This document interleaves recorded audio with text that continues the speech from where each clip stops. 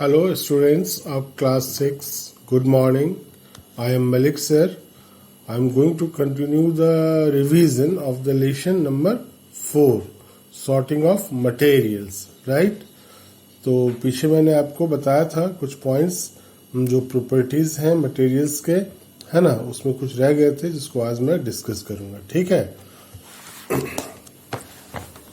तो solubility of gases तक मैंने आपको बताया था. तो आज मैं आपको बताऊंगा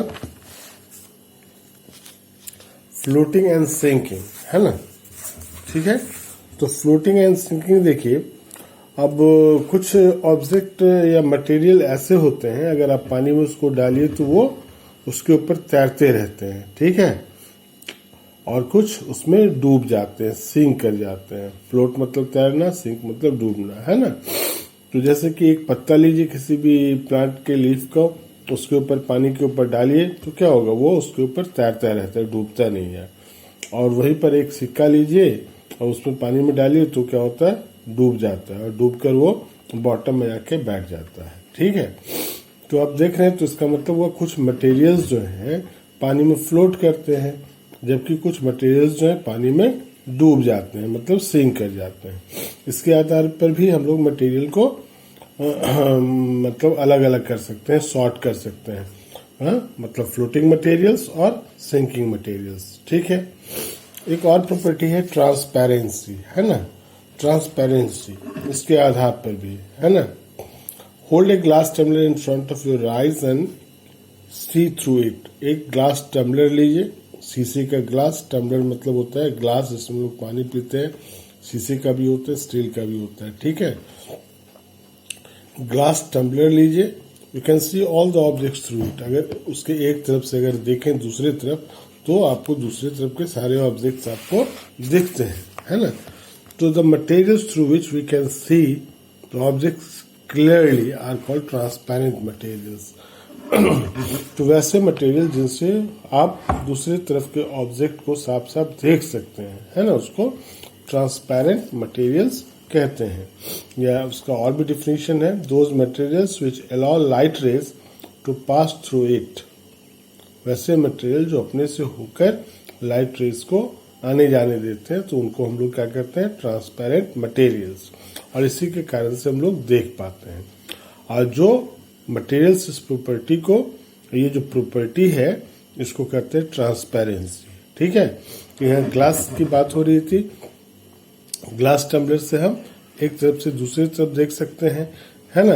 अगर आपने खिड़की में ग्लास लगाया हो, प्लेन ग्लास, तो आप इधर से देखिएगा तो बाहर के चीज आपको दिखाई देते हैं.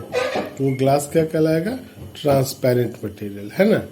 तो other example of transparent materials जो है, एयर भी है, हाँ, और वाटर है, अल्कोहल है ना, एयर है, सेलोफोन पेपर है, some kind of plastics bottle भी होते हैं. ये सभी जो है ट्रांसपेरेंट होते हैं. ठीक है.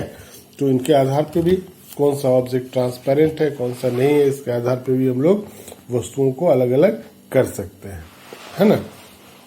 और दूसरा देखिए, कुछ ऑब्जेक्ट्स ऐसे होते हैं जो अपने से होकर, अगर आप देख लीजिए, अब एक रूम से दूसरे रूम देख सकते हैं, बीच में दीवार है, नहीं देख सकते हैं. ठीक है. तो ये क्या ऐसे ऑब्जेक्ट्स जिनके पार आप नहीं देख सकते हो, या फिर जो लाइट रेज को अपने से होकर नहीं आने जाने देता, उसको हम लोग ओपेक ऑब्जेक्ट कहते हैं, है ना. एक आंख के सामने में एक कार्डबोर्ड रख लो, अब देखो उधर, तो उधर का कोई भी चीज आपको नहीं दिखाई देगा. तो the materials through which we can not see, है ना, ऐसे मटेरियल जिनसे आप नहीं जिनसे होकर आप नहीं देख सकते हो, ऐसे ऑब्जेक्ट को ओपेक ऑब्जेक्ट कहते हैं, है ना. और ये जो प्रॉपर्टी है मटेरियल का, उसको ओपेकनेस कहते हैं, है ना. इसमें मेटल्स हैं, बुक्स हैं, कार्डबोर्ड है, वुड है, ये सारे एग्जांपल्स हैं ओपेक मटेरियल्स के, है ना. तो we keep our things in closed or an almirah so that they can not be seen. और एक है ट्रांसल्यूसेंट मटेरियल, है ना. एक बटर पेपर लीजिए आप in front of your eyes, you can see partially through it. तो उससे होकर अगर आप देखेंगे तो पार्सली बहुत हल्का आपको आभास होगा, दिखाई देगा दूसरी तरफ का मटेरियल, लेकिन साफ साफ नहीं दिखाई देगा. तो ऐसे मटेरियल्स जो हैं उनको हम लोग ट्रांसल्यूसेंट मटेरियल कहते हैं, है ना. और ये जो प्रॉपर्टी है इसको ट्रांसल्यूएंसी कहते हैं। ठीक है, बटर पेपर एक ट्रांसल्यूसेंट मटेरियल है, ग्राउंडेड ग्लास होता है, फ्रॉस्टेड ग्लास होता है, टिश्यू पेपर होता है। कई ग्लासेस हम लोग खिड़की में लगाते हैं जिनसे होकर दूसरी तरफ नहीं देख पाते हैं, है ना। और टिश्यू पेपर है, डस्ट लैडन है, एयर है, फॉग है ना। फॉग देखते हैं ना, जब धुंध लगता है तो कुछ तो दिखाई देता है आपको, लेकिन पूरा साफ साफ नहीं दिखाई देता। मिस्ट है, ये सभी एग्जाम्पल है ट्रांसलूसेंट मटेरियल्स के, है ना।